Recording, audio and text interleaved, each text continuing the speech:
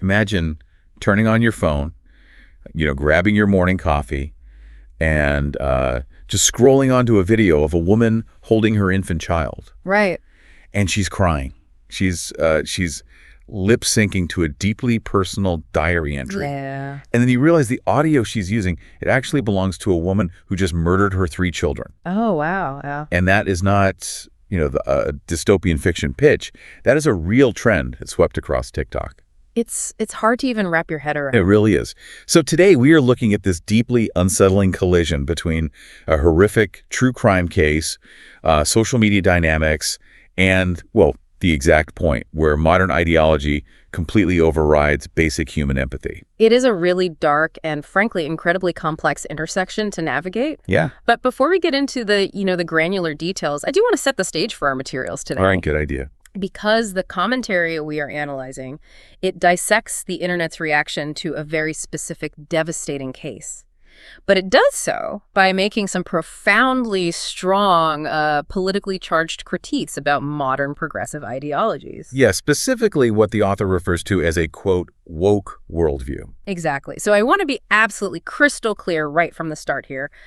Our goal in this session isn't to endorse these viewpoints, and we aren't here to take any political sides. Right. We are simply here to objectively unpack the arguments the author's making about human psychology, internet culture, and how political narratives can sometimes just distort objective reality. Yeah, we are just the guides walking you through this specific piece of analysis.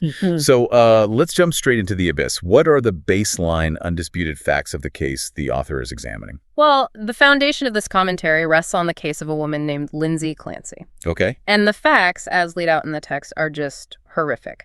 Lindsay Clancy murdered her 3 young children by strangulation. Yeah. And immediately after killing them, she attempted suicide, an act which left her paralyzed. Wow.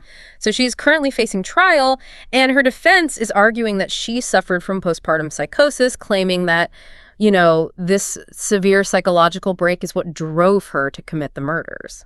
I want to pause right there, actually, because I think we need to define some terms before we look at the internet's reaction. Good point. It's really crucial for the listener to understand the medical reality here. Because postpartum depression is something many mothers experience, right? Right. Absolutely. It's overwhelming sadness, exhaustion, anxiety. It is highly relatable for a lot of parents. But postpartum psychosis, which is what her defense is claiming, is entirely different. It's night and day. Exactly. Let's be clear about what postpartum psychosis actually is. It's not just severe stress or, feeling like you need a break. It's a profound, terrifying medical emergency where the brain experiences a literal break from reality. Right. The person might be hallucinating, hearing voices, or experiencing just extreme delusions. And that medical distinction, that is paramount to the author's entire critique here. Oh, so. Because if we accept that postpartum psychosis is this extreme, very rare break from reality, it makes the subsequent online phenomenon not just baffling, but practically, mathematically and logically absurd. Yeah. Because instead of an outpouring of grief for those 3 murdered children, or, for the husband who came home to find his entire family destroyed, this highly specific shockwave erupted on social media. Which brings us to the TikToks. Right. Women started posting videos of themselves with captions like, same Lindsay, or me too, Lindsay. Yeah. And as I mentioned at the top of the show, they weren't just typing out text posts.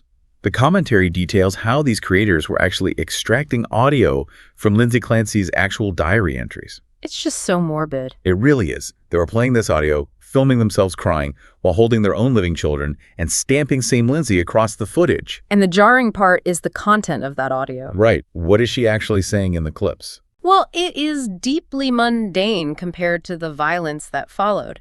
In the diary clips being passed around, she says she is drowning every day. Okay. She talks about feeling guilty that she's spending the family's money and not contributing financially. Yeah. And she mentions being terrified of her baby, Kellen, getting sick, just noting that he had a double ear infection and, a sick baby is miserable. Wait, I have to push back here for a second. Sure. Isn't it possible we're misinterpreting this? How do you mean? What could this same Lindsay trend just be a terribly clumsy way of women trying to say they also suffer from extreme maternal burnout? Oh, I see. I mean, society puts an impossible burden on mothers. Maybe they aren't literally excusing murder, but rather screaming out for help using, the only viral hashtag available to them. Right, right. People process trauma on the internet in weird, dark ways. Is it fair for the author to assume the worst of these women? Well, that's a very fair question, and it's actually something the author of our text grapples with. But they argue it crosses a definitive ethical line precisely because of the format. The format, meaning TikTok. Exactly. Why do this on TikTok?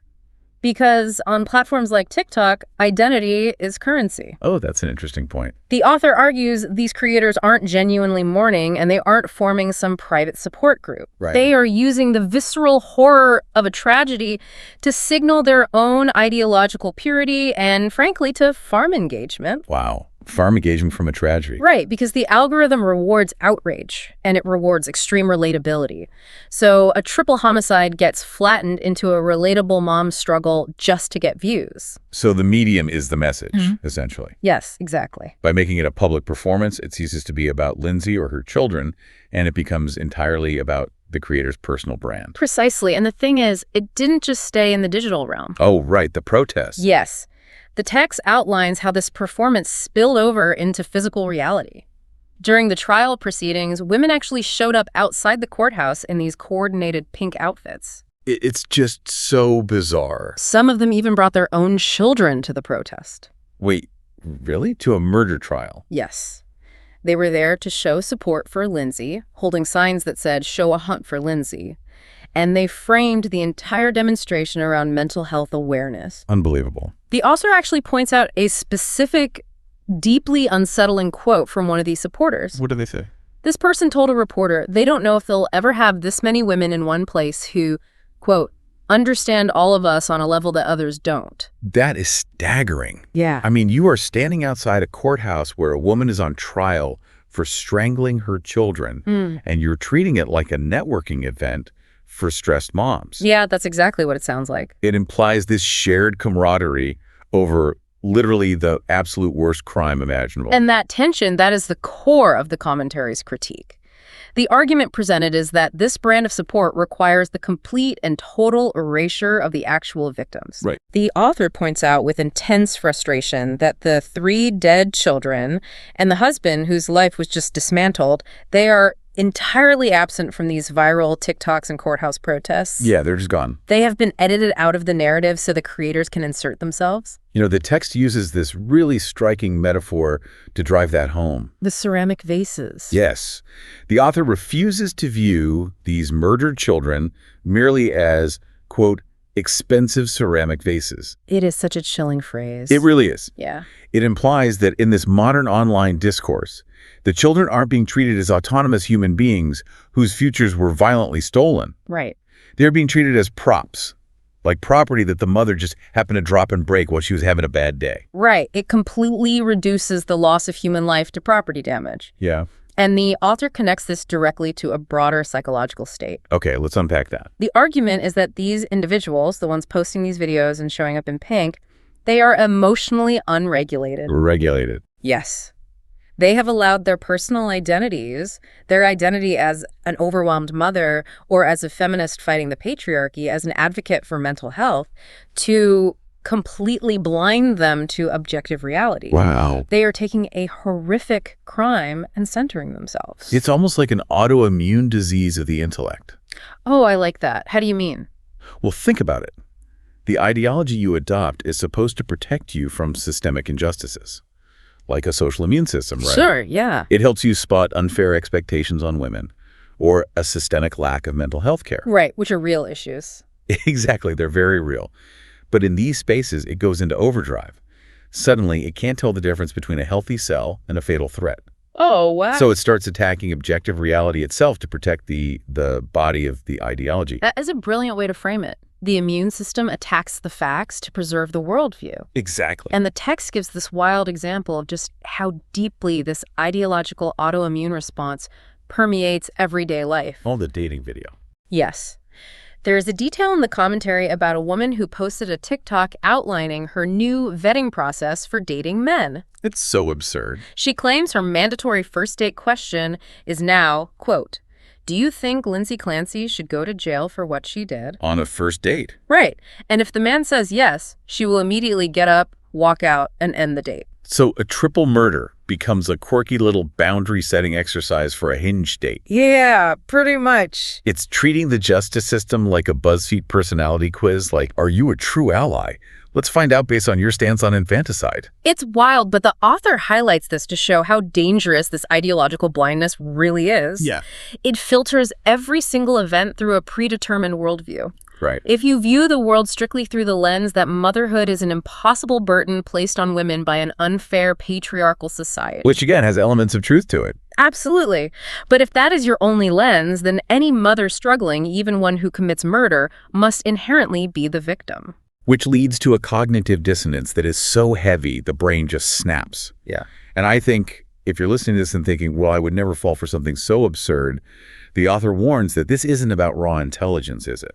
Not at all. It's about echo chambers. Right. We all curate our feeds. If your feed constantly reinforces one single worldview, say that men are always the oppressors and women are always the victims, you are incredibly susceptible to reality distortion. Yeah, exactly. And that distortion leads us to the most extreme reaction documented in the text. This part is just mind-blowing. It is. People aren't just sympathizing with the crime anymore. They are outright denying it happened. Yes. This is where the narrative completely divorces from reality. Yeah.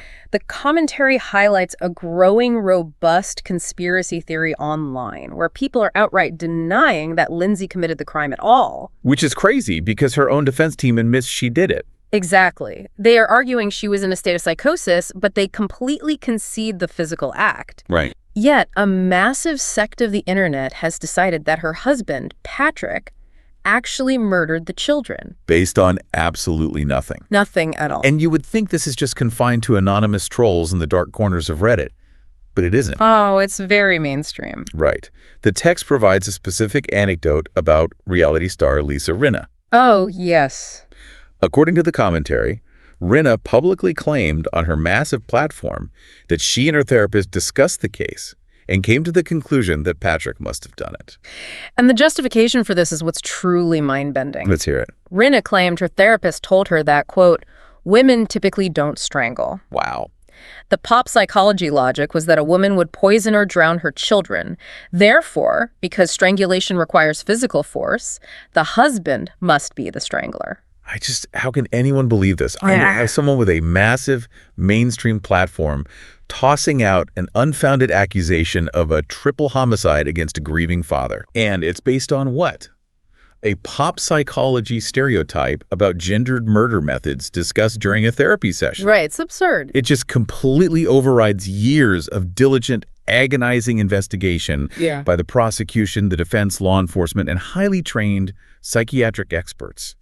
It is genuinely terrifying. It is terrifying. And the author asks the critical question here, why? Yeah, why? Why, with zero evidence, would a massive group of people eagerly latch on to this claim? What's the theory? Well, the commentary suggests it's the ultimate mechanism of that ideological echo chamber we talked about. Okay. If the overarching worldview dictates that patriarchy is bad and motherhood is uniquely suffering, accepting that a mother could be the ultimate villain in her own home, well, it shatters the narrative. So the husband must be the villain. He has to be, to keep their worldview intact. Facts are simply discarded to protect the ideology. Right. If the ideology dictates that women are inherently victims of a systemic structure, then a woman cannot be the perpetrator of the ultimate violence. Oh. The internet, the author notes, validates everyone's opinion as long as they speak with enough unearned authority. Yeah, that's the truth. So a random TikTok user or a reality TV star, they can push a completely fabricated narrative, and because it aligns perfectly with the algorithm of oppressor versus victim, it gathers millions of views. You know, the text even mentions a TikTok featuring a popular feminist audio track playing over footage of a woman at the cemetery wearing pink. I remember that part. Yeah, and the caption is something like, telling the ghosts what Patrick did. Oh my God. It's weaving this horrific, bloody reality into a fictionalized ideological soap opera. They are treating real dead children like characters in a fan fiction about the patriarchy. It's just so deeply disturbing. And, you know, this Cognitive dissonance doesn't just apply to true crime. Right, the author broadens it out. This is where the commentary broadens its scope significantly. Because once you train your brain to filter the world into oppressors and victims, that algorithm applies to everything you see. Every news story, every event. Exactly. The author argues that this specific true crime case is actually just a microcosm for a much broader societal trend. Yeah, the author provides a pretty extensive list of recent events to prove that this woke worldview has basically lost all boundaries. Yeah. And looking at the list, you start to see the machinery of how conditional empathy has become. Conditional empathy, that's exactly it. Empathy is now heavily gated by ideological alignment. Give me an example from the text. Well, the author points to the Titanic submersible implosion as a prime example. Oh, right. The text notes how massive swaths of the internet, completely unprompted, cheered and made endless memes about the terrifying deaths of those passengers. I remember seeing that everywhere. Right. And why? Because the prevailing narrative was, billionaires are bad, therefore they deserve whatever gruesome fate they get. Yeah. The human element, that these were terrified people suffocating or being crushed in the dark, was totally bypassed because they were categorized as oppressors. The mechanism is exactly the same as the true crime case, then. Exactly the same. You strip the human being of their humanity, assign them a label billionaire, husband, CEO, and then react to the label instead of the reality. Which brings us to the next example in the text. The recent assassination of the United Healthcare CEO, Luigi Mangione. Oh, wait. Luigi Mangione was the shooter, not the CEO. Brian Thompson was the CEO. My mistake. Yes, thank you. Brian Thompson was the CEO who was killed, and Luigi Mangione was the alleged assassin. Right. But the author's point remains focused on the public reaction to it. Right. How did the internet react? The commentary points out that Mangione was instantly praised as a folk hero in many online circles. Yeah, there was fan art and everything. Exactly. People were openly celebrating a man being gunned down in cold blood on a city street simply because the ideological narrative dictates that CEOs of healthcare companies are evil. So the morality of murder was entirely subverted by the victim's job title. Exactly. And there's another specific incident mentioned to show how this applies to race as well. Oh, the track meet incident. Yes, the killing of Austin Metcalf by Carmelo Anthony at a track meet. Right. What does the author say about that? Well, the author points out that ideological groups immediately rallied to defend the killer. Without waiting for facts. Exactly. Instead of looking at the objective facts of an altercation that ended in a tragic death, the defense was built entirely around racial narratives. Okay. The argument was that the system is inherently biased, therefore the perpetrator must somehow be the victim of circumstance. Just a relentless pattern. It really is. And the commentary also touches on how this applies to debates surrounding, trans athletes competing against women, policies regarding what they term infinity migrants and open borders, and even the normalization of calling for political assassinations. Right. And in every single one of these scenarios, from a local courthouse to international borders, the author is really asking, how extreme can this get? And what's the answer? The bleak answer they provide is that there are no boundaries anymore. None at all. No. The ideology dictates the reaction regardless of the human cost, the collateral damage, or the objective reality. The ideology demands total obedience, even if it means defending the indefensible. Wow. Bringing this back down to the ground level, to the listener, this asks a profound question about how we interact with our screens every single day. It really does. Because we are all guilty of curating our digital lives, right? Oh, absolutely. We follow people who generally agree with us, who share our values. But we have to ask ourselves, at what point does filtering the entire world through our preferred political or social lens cause us to lose our basic humanity? Yeah. If you can look at the deaths of 3 children and your very first thought is, how can I use this to make a point about feminism? Or how can I make this into a viral video about my own stress? Right. Something is deeply short-circuited in the human brain. It is a profound short-circuiting of our moral compass. To kind of summarize the core tension of the materials we've been analyzing today, issues like postpartum depression, psychosis, maternal burnout, and systemic healthcare failures are undeniably serious. Right. No one is arguing they aren't. Exactly. They demand a rigorous, compassionate medical and societal discussion. But the author's fundamental argument is that hijacking a visceral, bloody tragedy to push an ideology or, to build a personal brand online is a deeply disturbing indicator of where our society is heading. It is the ultimate weaponization of a tragedy. Yeah. So what does this all mean for us? We've looked at the horrific facts of the Clancy case. We've dissected the bizarre same Lindsay TikTok trend. We've walked through the psychology of these just baseless conspiracy theories, and we've examined the author's argument that this is a symptom of a much larger ideological disease. You've covered a lot of ground. We really have. Right. But I want to leave you with a chilling concept to mull over as we wrap up here. Okay. It builds on something the text mentioned just in passing, but it really stuck with me. The idea of a digital footprint. Oh, wow. Think about the sheer terrifying permanence of what we are doing online. Right. The internet does not forget. It doesn't.